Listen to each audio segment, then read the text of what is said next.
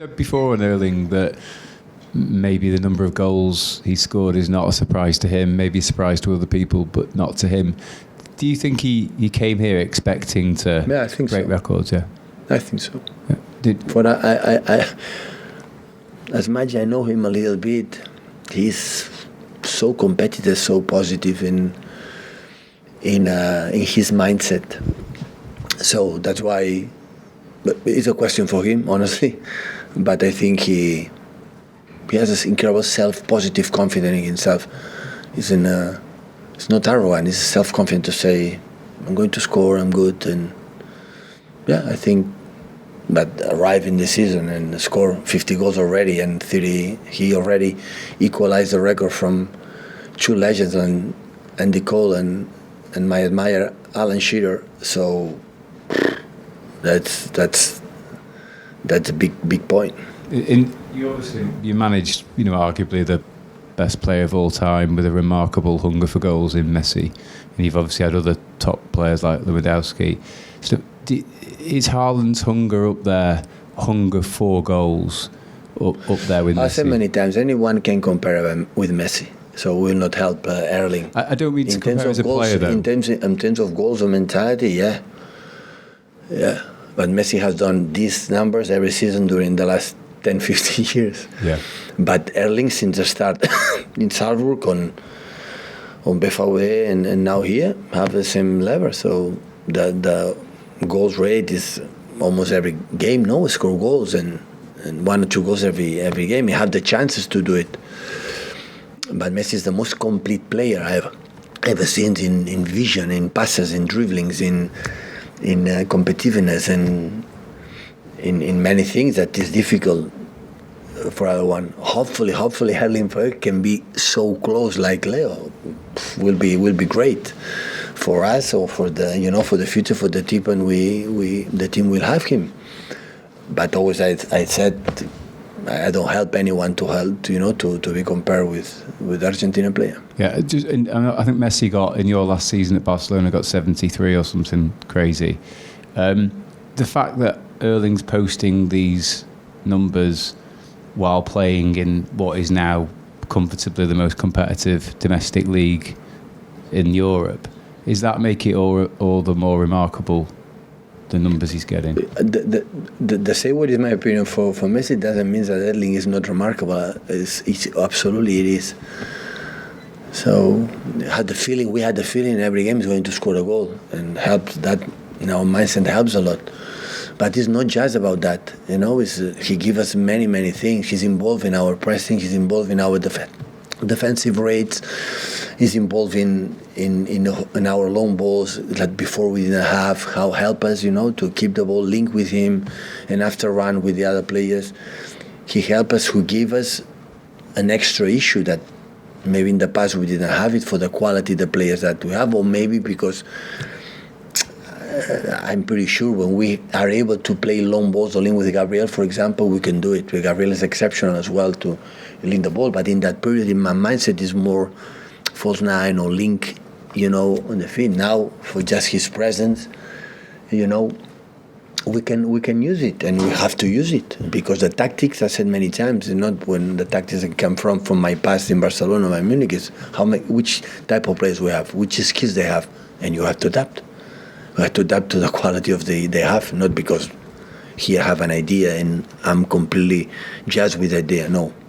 The day I will not train Erling Haaland, so we have to adapt the movements of the other ones. It was many times in the beginning that they make a movement between central defenders and we didn't pass the ball.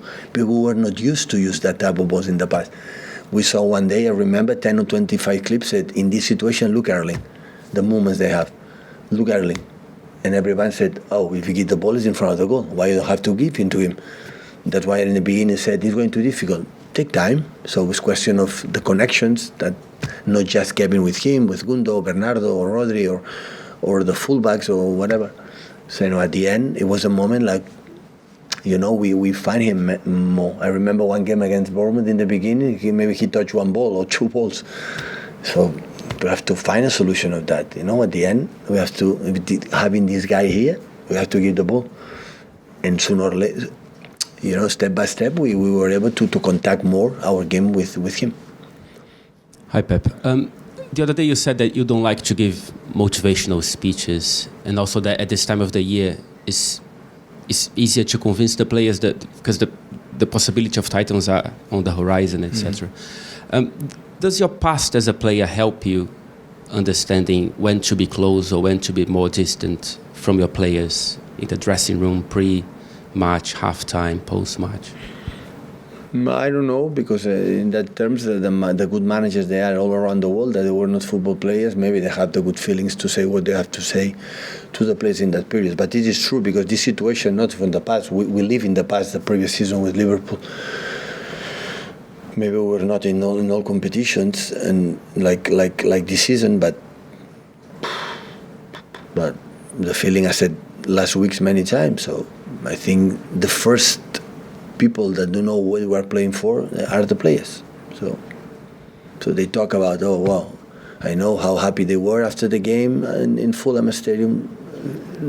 Right after finish the game, you see the faces, the how celebrating, how tough was and how important was. But in the same time, as I said, in 3 days later, we have another one. We are sitting here, looking your marvelous faces, talking about the next game. So.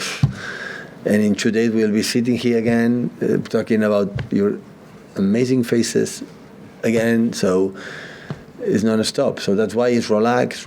Yesterday was relaxed. Today will be relaxed. And all energy tomorrow at 8. And that you have to be focused. Because the team West Ham we're going to face, they deserve it. Not because always I make a compliment, but I respect a lot the opponents, because they are a good team. They were not maybe the perfect season, the season they did expect, but they are a good team. Apart from the press conferences, what is your main role from now to the end of the season, you think? The main role, I think, is tell them that if you are tired, you are wrong. You are not tired. People say a lot of games. I think they have, but when you are winning games and you are there, I felt that as a Liverpool football player in the past with Barcelona, Bayern Munich, and here, played at the end. When I see as a manager dreaming, oh, we are close to win the titles, they feel the same. They dream on them. So now it's question of sleep and sleep and sleep and eat a lot, not a lot, well, and drink water, not another type of drink, and water and water and water. This is the best period they have to do. Take a lot of naps after lunchtime, the better regeneration and all energy the moment of the game. And the rest, have incredible physios, to take care of them, so, and energy. And they can do it. They did it in the past, they can do it. We are not going to lose against because it's, oh, you are tired. You are tired when you are out of the competitions and after you are tired. After the seasons are so long, never end. You want to finish as soon as possible to start the next season. When you are here, you are not tired. That's for sure. Just going back to Erling, how much do you think he enjoys the physical side of the game up against a central defender and being aggressive against them? Because Sunday, it seemed like him and Adebayo were shoulder to shoulder at each other all game. Yeah, he's strong, but the opponents are strong as well. So it also grew up a lot since we're here. I'm delighted that a lovely person is making her in the Premier League. But of course, it's tough for him, but it's tough for the central defenders. So we don't use much this kind of actions. That means we play better than when you play this kind of actions. It's because we didn't make a good build-up. But sometimes when the game is like it was in certain moments in Fulham, or a team like make challenge like man-to-man, like happened against Arsenal, these kind of actions inevitably, so it's happened. It does seem that he does really enjoy it, though. He enjoy it? Yeah, it does seem that way. Yeah, I like it. I think he like it. It's Norway. Come on, Vikings. One of the defenders the other week said, I think it was Ben Mee said on Sky that he was pinching him during a game. I don't know. Who? Ben Mee was saying on Sky. From Brentford? Yeah. He was saying that when Haaland came up against him earlier in the season, Haaland was pinching him. Oh, yeah? And yeah, just like... Yeah, it's my strategy. Yeah. My new tactics. I don't know. Hi Pep. We've seen a lot of your signings at this club have made a big improvement from season 1 to season 2. Jack's doing it now. We've seen Rodri do it. Why has Erling been able to come in and do what he's doing from day one?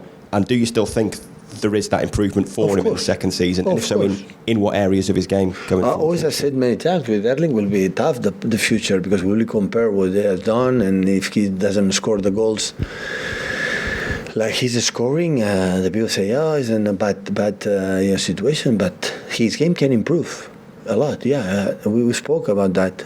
The movements that I would say in the box, but in the game itself, he can improve as much he has. I think he has that, like has the feeling, with that is enough, and I think he has a desire to get better as a football player. As much he has it, he can do it. I will be happier, because to go to war knowing that I can do better, do something better is the way, and that's good. Pep, you always point out Erling's always scored goals from when he was a kid. But I think there's only 5 players in the Premier League with more assists than him as well. Does that side of his game surprise you, or did you see that when you signed him? Do you think he would be that much of a team player as well as a goal scorer? Yeah, I remember when we played against Dortmund here, the day we got the first time semi-final Champions League, he make an assist to Marco Reus to make a 1-1, I think so. In the end, Phil scored a 1-2, and make an assist is incredible. I think he has a good sense to the pass. The pass for the first goal, the goal from Kevin is exceptional against Arsenal, but his first control touch, and he passed the ball 4 meters in front of Kevin, not to him, so not afraid to help to do that. This means he has this ability, but I think first control or something he can improve. That's what we're talking about. That it's nice to have that feeling, and I said the same. I say the same. Had the feeling that he has, when you open talking about one idea or whatever, he's open-minded. He's I have to do it. I can do it better. And that is so positive for him, for his career, for his life, of course for Man City, but especially for him. Pep, you just spoke a few minutes ago about the nutritional aspect of it, and the sleep and everything being taken into account. How much emphasis do you put on that side of the game at this time of the year? No, but not just this time of the year, all the season. We have an incredible department with Tom and Hannah, so they are really, really good, and our cookers are exceptional as well. So, yeah, it's really, really important today. The three departments, like we say 4, but the training, of course, is important. But the sleep, drink, and eat is really, really important today. So otherwise, you cannot make a resignation with this crazy schedule. So at the same time, I'm saying that how we are prepared. So these guys disconnect seasons and seasons and seasons, 11 months, 3 weeks off. Again, now we are finished. We go there, we go to the national team, and after go to Asia for the preseason, and go. So that's why most of the times you have to say, okay, talk to them just the moment of the game, because otherwise it's arrive a moment that is too much. And I think it was getting worse, because the World Cup, more teams and more competition. So it's not going to stop or reduce, it's going to get even worse. Thank you, guys. Thank you.